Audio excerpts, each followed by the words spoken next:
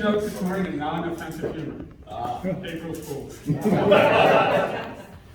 By the way, if any of these jokes fall flat, or if my humor offends, if I feel like you've been ridiculed, I'm going to blame Dan. It's not his fault, I'm just going to blame him. I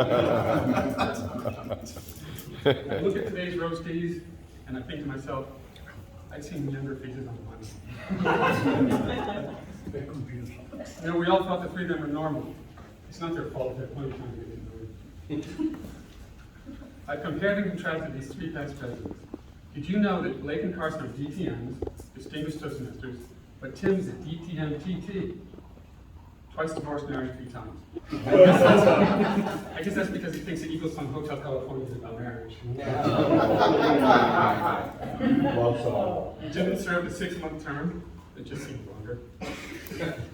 And they each have the 3 requirements of success. Glasses to look intelligent, gray hair to look wise, and hemorrhoids to look concerned. Blake rides an expensive Harley motorcycle. Tim drives an expensive Porsche, but Carson owns the costliest form of transportation, horses. Carson smokes an occasional cigarette, Blake smokes cigars, but Tim smokes his entire neighborhood.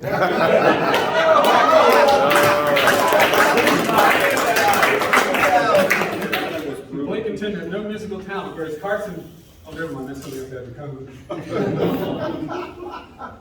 All 3 were taught to respect their elders, but it keeps getting harder for them to find one. Carson. When he was a boy, he lived in the Key, and his favorite show was about a dolphin named Flipper. Carson begged his parents for a pet dolphin, but they would only allow him to have a pet bird. So he named it Flipper. Flipper the bird.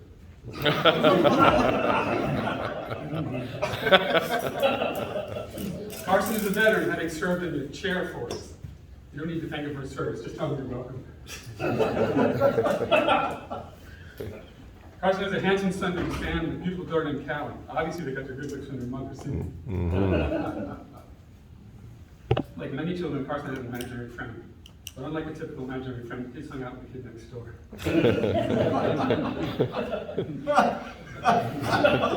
As Carson passes away, he's leaving his body to science fiction.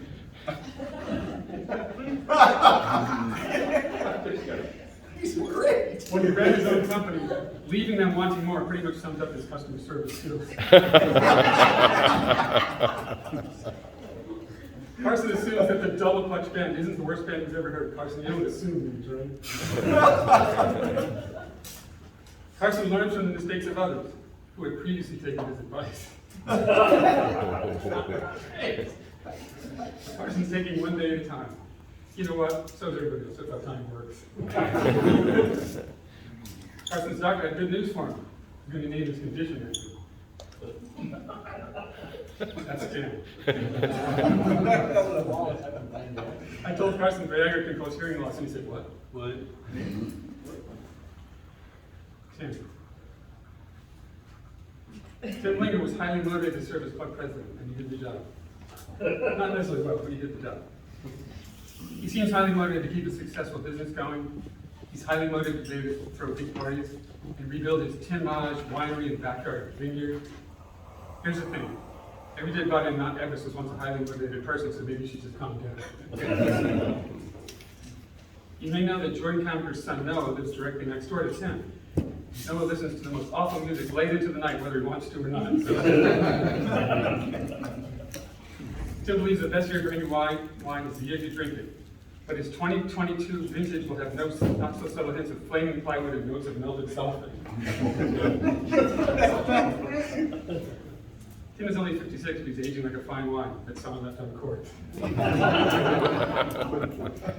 Tim is an army brat, and he was raised as an only child, which really annoyed his sister Bonnie.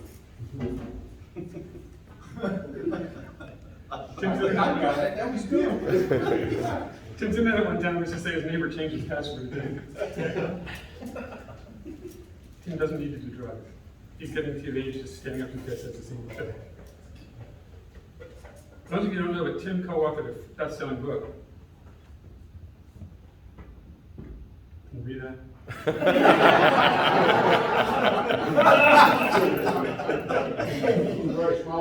which is hard to believe because he has a sex appeal of a gymnastics doctor. Maybe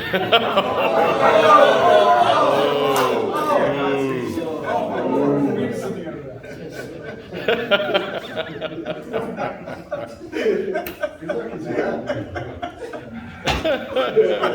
I'd slap him, but it'd probably be inappropriate. I go off their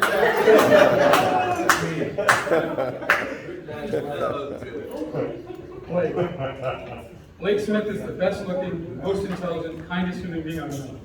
He's a wonderful father and husband until recently retired from Motorola. Blake is conscious and highly valued employee. His generosity knows no bounds. He's a quick wit and a wonderful sense of humor. In addition to all these attributes, he, in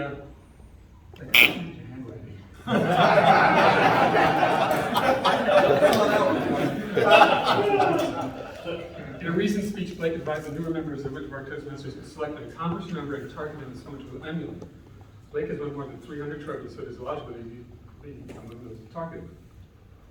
By show of hands, how many have lost to Blake as the value? Never. How many have lost to Blake as best speaker? How many have lost to Blake as best table topic? How many have lost him on Keep your hands up if you plan to target Blake. Blake, keep a copy of the club membership roster in a safe place, because if anything nefarious happens to the police, we'll have a suspect list. There you go. You know that I helped Blake at an interview for a job in Motorola. Well, my real motivation was to get him assigned to out-of-state projects so I'd have a chance to win a few trophies. Blake and I both tried out to be a contestant on Who Wants to Be a Millionaire, but neither of us were selected. But Blake did get to be a contestant on Wheel of Fortune. Unfortunately, he didn't win by finding the correct answer, which was, luck be in the air tonight.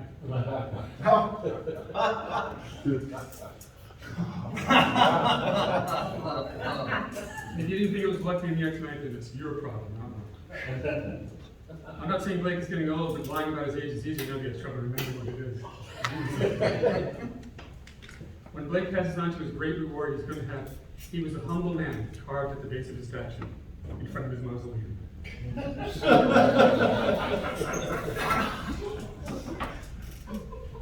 I look back on my Toastmaster experience, I realized I would trade it for all the money in the world.